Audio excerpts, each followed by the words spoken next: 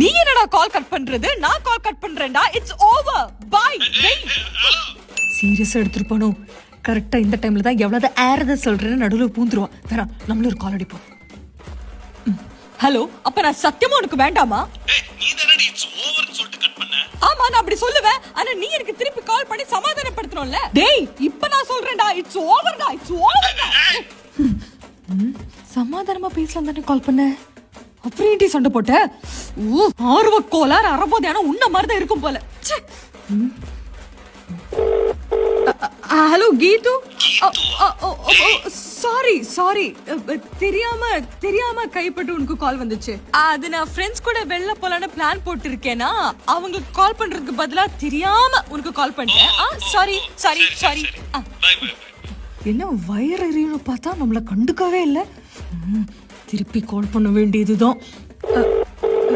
Hello, பிஸியா இருக்கீங்களா? ஓ, பிஸியா இருக்கீங்களா? வேலையில இருக்கீங்களா?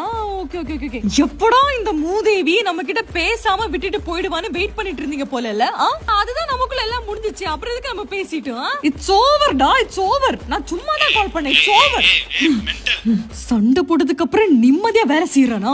வெப்பன் எடுத்துட வேண்டியதுதான். ஒரு 15 நிமிஷத்துக்கு வாட்ஸ்அப், இன்ஸ்டாகிராம் எல்லாத்தையும் பிளாக் பண்ணி வைப்போம். 15 நிமிஷம் ஆயிடுச்சு. இப்ப அன்பிளாக் பண்ணி எமோஷனல் ஹார்ட் பிரேக் பத்தின ஸ்டோரி, ஸ்டேட்டஸ், இன்ஸ்டாகிராம், வாட்ஸ்அப் எல்லாத்தையும் போட்டு தள்ள வேண்டியதுதான். கில்ட் பாக்கட்டும். கால் பண்ணடா.